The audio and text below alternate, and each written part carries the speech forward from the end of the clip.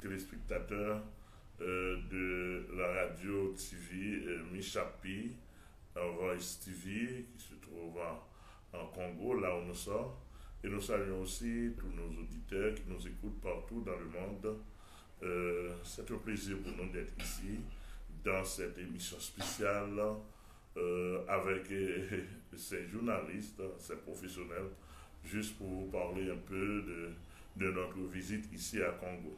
Oui, est-ce que vous pouvez nous donner l'histoire, une petite histoire de cette église? De cette église à Congo ou bien de la mission? La mission au niveau mondial. La mission au niveau mondial. Je trouve que c'est une grande mission. Oui, c'est une grande mission par la grâce de Dieu. Normalement, je ne suis pas le pionnier. Le fondateur, le pionnier de cette mission, c'est pasteur, mon fait père dans la foi, pasteur Pierre Augusta, qui s'est trouvé maintenant chez lui, en Laos, auprès de Jésus-Christ, même 10 ans après sa mort, et selon l'orientation du Seigneur, il m'avait choisi pour lui remplacer, parce qu'il savait qu'il allait en son lieu. Donc il m'a choisi, il m'a consacré après sa mort pour continuer son œuvre. Et l'église se trouve où? Les sièges? Le siège se trouve en Haïti, principalement au département de l'Ouest, dans la commune de Delma, principalement dans la rue de Delma 33. Là, le siège central se trouve. Donc là, vous venez de l'Haïti. Vous Bien êtes sûr, haïtien. bien sûr, avec une équipe. Je suis haïtien, né d'Haïti, et je suis avec une équipe, Pasteur Bézé Vunet, qui est avec moi dans cette émission. Okay. Nous allons tourner vers lui. Bien sûr. Donc, mon fait père, depuis 5 septembre 2014, après quoi nous avions eu une assemblée générale. L'Assemblée générale, on a signé conjointement que je suis l'apôtre fonctionnel de cette mission de bilan. Oui, oui. Alors, pour un Congolais que je suis, j'ai du mal à comprendre qu'un Haïtien venir évangéliser au Congo. Qu'est-ce qui vous a poussé de venir évangéliser au Congo? Parce que je viens d'apprendre que vous avez une église ici, une représentation. Bien sûr. Et tous nos fils dans la foi sont des gens préparés. Là où ils peuvent s'y trouver, ils représentent Jésus-Christ. C'est une antenne pour Jésus-Christ. Et c'est une antenne pour la mission. Parce que nous les avons bien préparés par la grâce de Dieu. Ainsi, nous avons le pasteur James qui travaille dans une organisation étrangère, dans une ONG. Donc, pendant qu'il faisait son boulot socialement, professionnellement parlant, mais puisque sa nature est chrétienne, il partage l'évangile, il partage Jésus-Christ avec plusieurs qui acceptent Jésus-Christ, et par là, ils ne peuvent les laisser dans les rues comme il les a trouvés. Donc, il les encadre. Il les encadre, et là où il se trouve à Congo, il m'appelle pour me donner des rapports, parce que je contrôle tous mes brebis qui sont ailleurs. Et il m'appelle pour me donner des rapports, et à partir de là, il commence à rassembler et à continuer à prêcher, à rassembler les gens qui voulaient entendre le bon évangile, parce qu'il y a aussi le mauvais évangile. Oui. Et donc ces gens-là se rassemblent, ils sont d'accord avec lui, et par là, le ministère est fondé.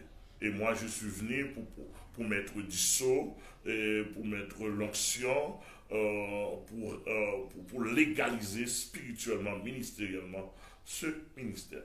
Oui, l'évangile, pasteur, vous l'avez dit, et vous savez que l'évangile aujourd'hui est émaillé de beaucoup d'irrégularités. Les autres cherchent à s'enrichir là-dessus. Il y en a qui prêchent pour leurs propres intérêts, qui ne pensent pas aux brebis, comme vous venez d'évoquer aussi les brebis. Alors, quel est l'évangile que vous apportez aux Congolais? Parce que vous venez de dire là qu'il y a une différence, il y a différents évangiles. Quelle est la vôtre? Bien sûr, c'est une très belle formulation. Oui, il y a, d'après ce que nous constatons, moi et aussi plusieurs qui sont avisés, nous constatons qu'il y a plusieurs évangiles. Mais il n'y a qu'un seul vrai.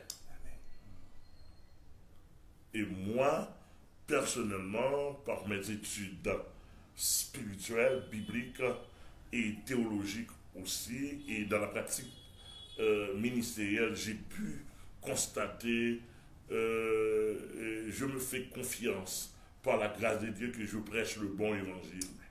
Le bon évangile, dans la réalité, premièrement, présente Jésus-Christ et Jésus-Christ seul, sans mélange. Les bons évangiles parlent de la mort, de la venue de Jésus-Christ, de son ministère pendant les 3 ans, de sa mort, de son ensevelissement, de sa résurrection, de son retour bientôt. Le bon évangile. Maintenant, nous qui sommes des colporteurs de l'évangile, nous avons des règlements. Nous avons des règlements, nous avons des méthodes strictes, nous avons notre manière à présenter cet évangile. Si la façon dont nous devons présenter l'évangile n'est pas ici, donc cet évangile-là est faux. Premièrement, lorsque nous présentons le bon évangile, Jésus-Christ doit être glorifié. D'abord, c'est pour la glorification de Dieu. C'est un évangile qui tourne autour de la gloire de Dieu. La gloire de Dieu en Jésus-Christ. En Jésus-Christ, son Fils. Yes. Et aussi sans mélange. Sans mélange. Sans mélange. Et lorsque vous parlez de mélange, qu'est-ce que vous voulez dire? Merci. Il ne faut pas y avoir de mystique dans cet évangile. Il ne faut pas y avoir d'autres doctrines, d'autres sectes pernicieuses. Il ne faut pas y avoir de la profanation. D'accord? Parce qu'on peut être pasteur et franc-maçon à la fois. Ça, c'est vrai. Ils sont nombreux ces derniers temps. Ah oui, ils sont nombreux. Ils sont nombreux, malheureusement. On ne peut pas être un pasteur et en même temps vous vous accrochez à des gris-gris. Est-ce que vous me comprenez? Très bien. On ne peut pas être un pasteur et puis en même temps un polygame. Avoir une femme. Oh, l'obligation biblique. Une seule. Une seule. Et on se marie bien. On doit se marier bien. Un mariage officiel, donc. Un mariage spirituel et officiel. Est-ce que vous me comprenez? Très bien, pasteur. Donc, le pasteur ne doit pas être un collecteur. Non. Le pasteur doit être un investisseur. Le pasteur, sa mission, c'est d'investir dans les brebis. D'accord? Le pasteur ne doit pas être un collecteur. Ça s'appelle des directeurs de marché. C'est comme, si vous faites seulement des collectes. Comme du business. Oh, c'est une entreprise. Pour lui, c'est une entreprise. C'est là où il vit de son entreprise. Il vit de son entreprise là. Non. L'appel pastoral, l'appel au ministère n'est pas ainsi. Jamais. Et moi, j'ose le dire à tout le monde qui m'écoute, qui nous écoute là. Je suis un pasteur mondial par la grâce de Dieu. Donc, je suis direct et je sais ce que je dis par la grâce de Dieu. Donc, normalement, un pasteur ne doit pas se servir du ministère pour s'enrichir au détriment, appauvrissement des autres. Non. Moi, je suis pasteur il y a près de 20 ans. Ah bon? Et jusqu'à présent, je ne suis pas un homme riche. Et je n'ai pas d'argent. Donc, pas d'argent. Non? Mais vous êtes quand même venu de l'Haïti au Congo. Ouais, on se sert de l'argent. C'est un long voyage. C'est un long voyage. Je ne retiens pas de l'argent pour moi-même, mais je dépense toute cette somme-là Pour l'œuvre du Seigneur. pour la gloire du Seigneur, accompagné de mes fils et de mes ministres dans le ministère. Merci, pasteur. D'accord? Je vais... Parce que normalement, je pourrais être bien riche, comme plusieurs pasteurs m'écoutent là dans le monde, mais ce n'est pas là mon choix. Je choisis d'être riche dans le Seigneur. Et le Seigneur m'a fait un homme puissant. Et partout où je puisse me trouver, je domine les forces invisibles. Amen. Je vais revenir à vous, pasteur. Nous avons aussi le pasteur Glésilé Villeneuve. Bonjour, pasteur. Bonjour, mes salutations vont à l'endroit de tous les chrétiens dans le monde entier qui sont déjà prêts, non seulement pour l'enlèvement de l'Église et le retour glorieux de Jésus-Christ. Je tiens aussi à saluer tous les spectateurs de Mishapi Voice TV. Yesu ni Bwana. Merci. Qui veut dire tu as fait beaucoup Jésus, Jésus. Jésus est Seigneur. Et Seigneur. Oui, alors, pasteur, est-ce que vous croyez au miracle?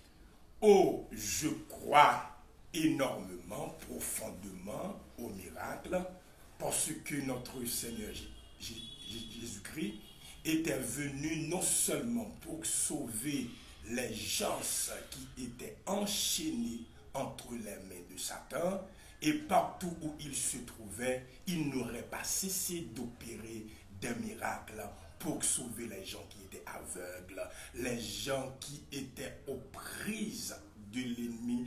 Il a ressuscité des morts tels que Lazare après 4 jours. Je crois au miracle. Mais de nos jours, certains miracles ne viennent pas de Jésus-Christ. C'est l'ennemi qui incite certaines gens, communément appelés, entre parenthèses, leaders évangéliques, qui affichent des comportements qui laissent à désirer. Comme la Bible le dit, plusieurs viendront à mon nom. Est-ce que lorsque vous parlez que le miracle, oui, mais vous doutez de certains miracles? Yes. Pourquoi? Parce que pour opérer de tels miracles, il vous faut être en condition. Il faut être une brebis du Seigneur Jésus-Christ.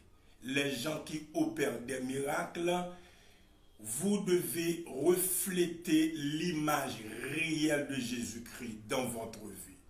Vous pouvez être un leader influent, mais votre vie vous condamne. Vous portez de fruits mauvais.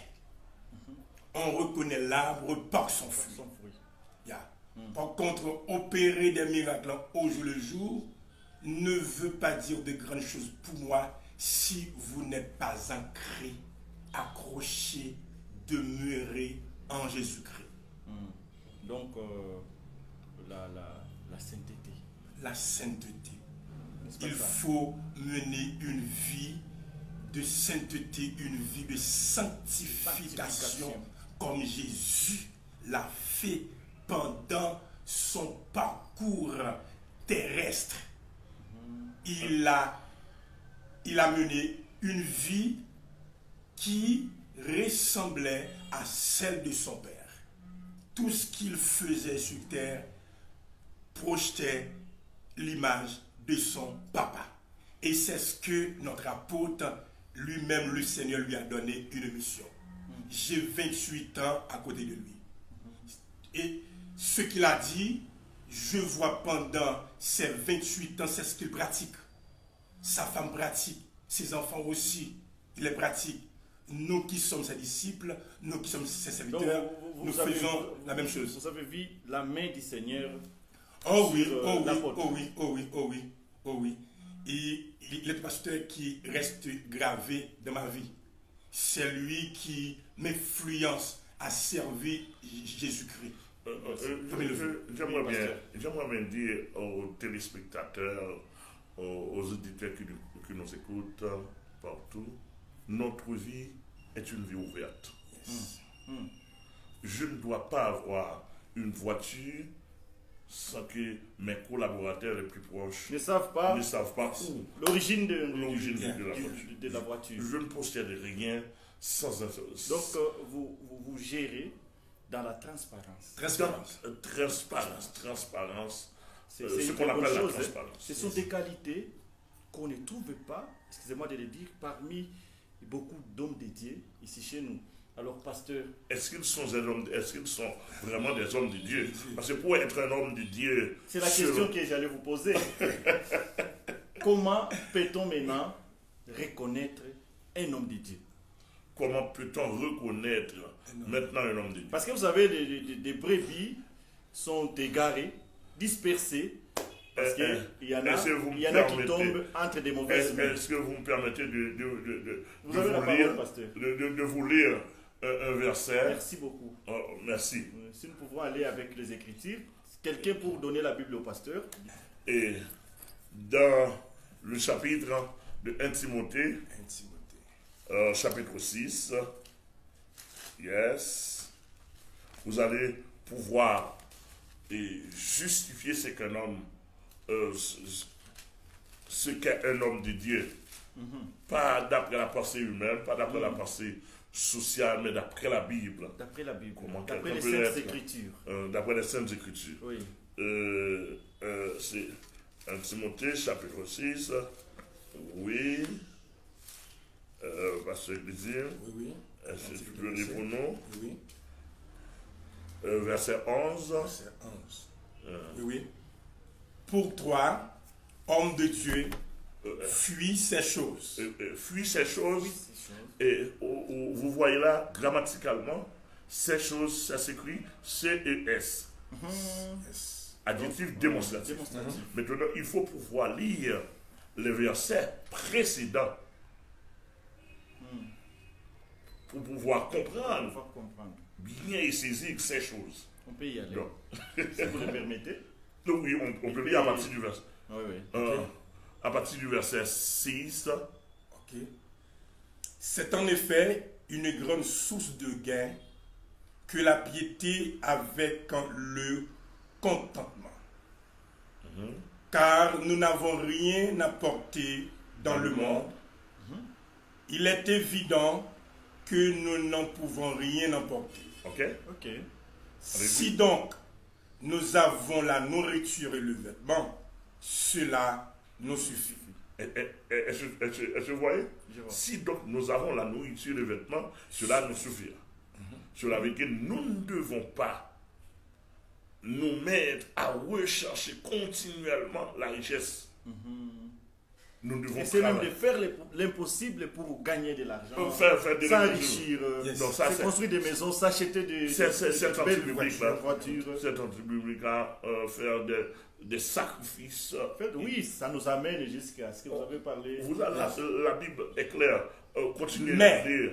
Mais ceux qui veulent s'enrichir tombent dans la tentation. Dans la tentation. Dans le piège. Dans le piège du diable. Et dans beaucoup de désirs insensés et pernicieux, qui plongent les hommes dans la ruine et la perdition. Ces hommes-là. Car l'amour de l'argent est une racine de tous les maux. Et quelques-uns, en étant possédés, se sont égarés loin de la foi et se sont jetés eux-mêmes dans bien des tourments. Je trouve que vous allez avoir des problèmes au Congo parce que les gens, qu'on se le dise, aiment la prédication qui tourne autour de la bénédiction, pasteur. Comment vous allez vous en sortir? Bon, je ne prêche pas l'évangile pour m'en sortir. Ah, vous êtes rare. Vous êtes une pièce rare alors. Je prêche l'évangile depuis 39 ans.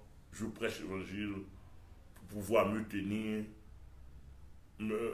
auprès de Dieu et près de Dieu. Quoi que m'arrive, je dirais, je dis, je disais, je dis et je dirai toujours la vérité. Quoi que m'arrive. Et dans la réalité missionnaire, biblique, spirituelle, je ne viens pas ici pour retourner à mon pays, pour retourner à mon ministère. Je viens ici uniquement pour accomplir la volonté de Jésus-Christ. Si je retourne gloire à Dieu, je ne retourne pas gloire à Dieu. Maintenant, permettez-moi de vous lire les caractéristiques d'un homme de Dieu. Pour toi, c'était ça la question d'ailleurs. Homme de Dieu, fuis ces choses et recherche la justice. Homme de Dieu, fuis ces choses. Recherche la justice. Est-ce que vous savez en français, lorsqu'on parle de recherche, c'est chercher continuellement. Continuellement. Sans arrêter. Continuer à chercher. C'est continuer à chercher. Une perpétuelle recherche. Alléluia. Amen. Homme de Dieu. Regardez bien ce qu'a dit le grand apôtre Paul. Yes. Pour toi, homme de Dieu, fuis ces choses. Yes. Lorsque nous allons dans le contexte de ce passage, ces choses veut dire l'esprit de richesse. Yes. Vouloir s'enrichir n'importe comment. Avoir de l'amour d'argent. Et avoir et tomber dans la tentation, etc. C'est ça qu'on appelle ces choses. Il dit pour toi, homme de Dieu, recherche la justice. La justice. 2. La piété. La piété. Si la vie de quelqu'un n'est pas droite, il n'est pas un homme de Dieu. Amen. La piété. Alléluia. Ensuite, la foi. La foi. La foi, lorsqu'on parle de la foi, pas quelqu'un qui commerce avec la foi. Ce qu'on dit, la façon dont on détermine la foi. Non. La foi dans la réalité, c'est un terme assez spirituel. C'est quelqu'un qui s'attache à Dieu, à Jésus-Christ, quelles que soient les conditions, quelles que soient les circonstances, quels que soient les moments, il s'attache dans la fidélité spirituelle avec Dieu. Alléluia. C'est ça ce qu'on appelle la foi. Yes. Ok. Bon nombre de ceux qui se disent la foi, ce sont des menteurs. Ce sont des menteurs. Parce que avoir de la foi, on ne peut pas rentrer dans des compromissions vraiment odieuses. Et puis on dit qu'on a la foi. La foi ne se contredise pas avec la réalité spirituelle. Allez-y. L'amour. L'amour. Lorsqu'on parle de l'amour, c'est toute une étude, une gamme d'études. Yes. L'amour. L'amour pour Dieu, l'amour en Dieu, l'amour pour les autres. Yes. Comment quelqu'un qui est un ministre de Dieu, qui est riche, est vraiment riche, et puis ses fidèles sont pauvres, ses collaborateurs sont pauvres. Où est l'amour? Il s'enrichissait. Il s'enrichissait. Sans graisse. Sans graisse. Aux graisses des brebis. Je ne sais pas si le pasteur de Goma, Mukomunaskia, je vais parler en notre langue, hein, vous m'excusez. Ok. Mukomunaskia, maneno yenye, uyu mtu wa Mungu konasema, ni vitu venye viko ndani sana, viko kilindini sana.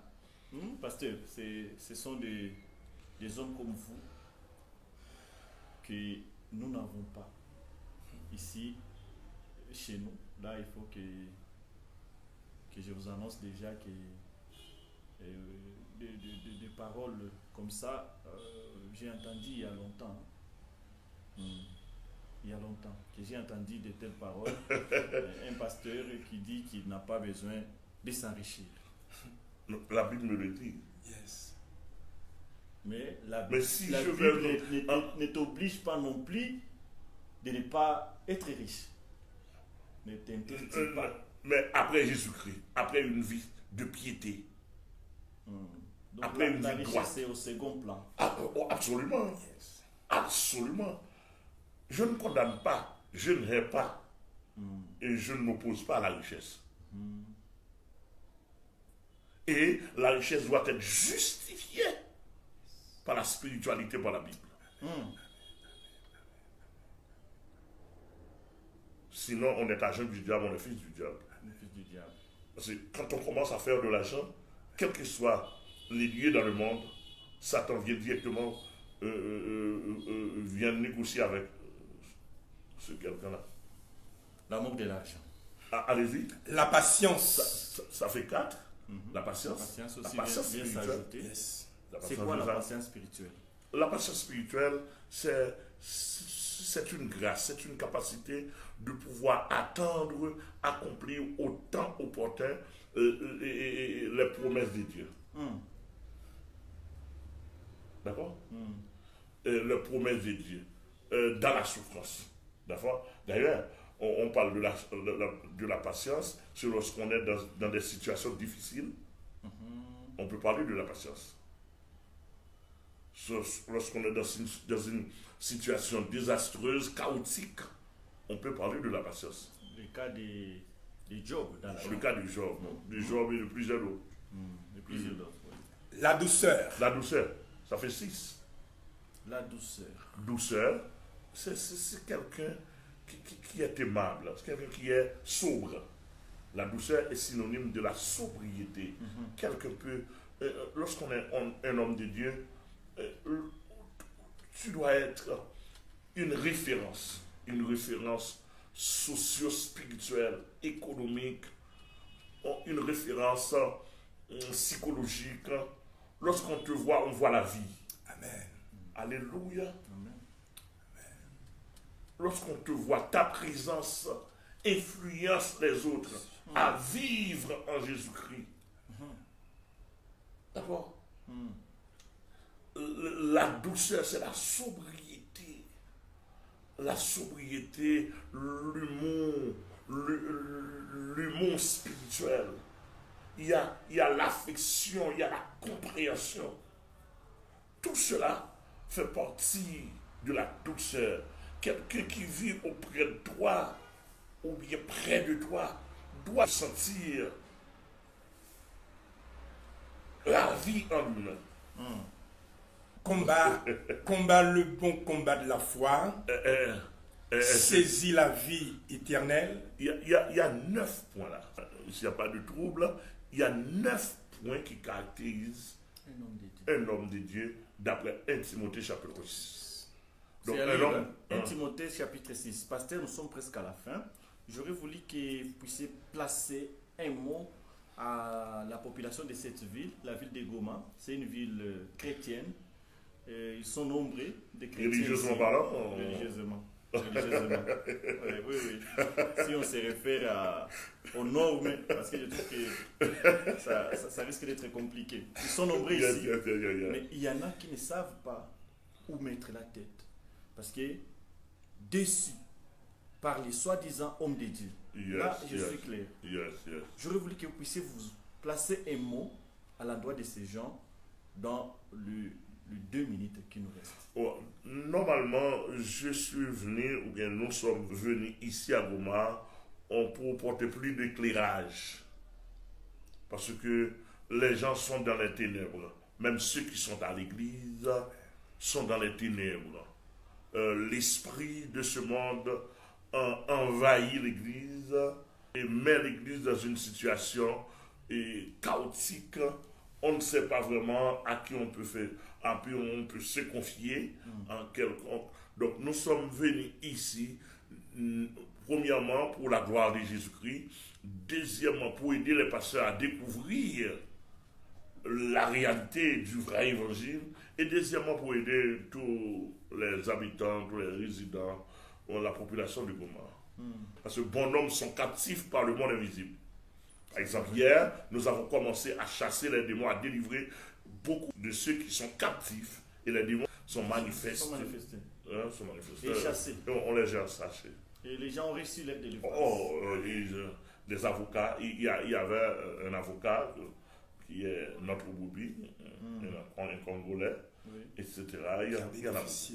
Il a bénéficié de toutes ces choses-là. Et pour ceux-là qui ne savent pas l'adresse, comment vous trouvez Si nous avons notre référence ici, c'est le pasteur James. Oui. Les coordonnées également. Il va nous donner ça, parce que je n'ai pas l'adresse en tête là. Merci beaucoup. Pasteur, je vous remercie parce que nos minutes sont épuisées.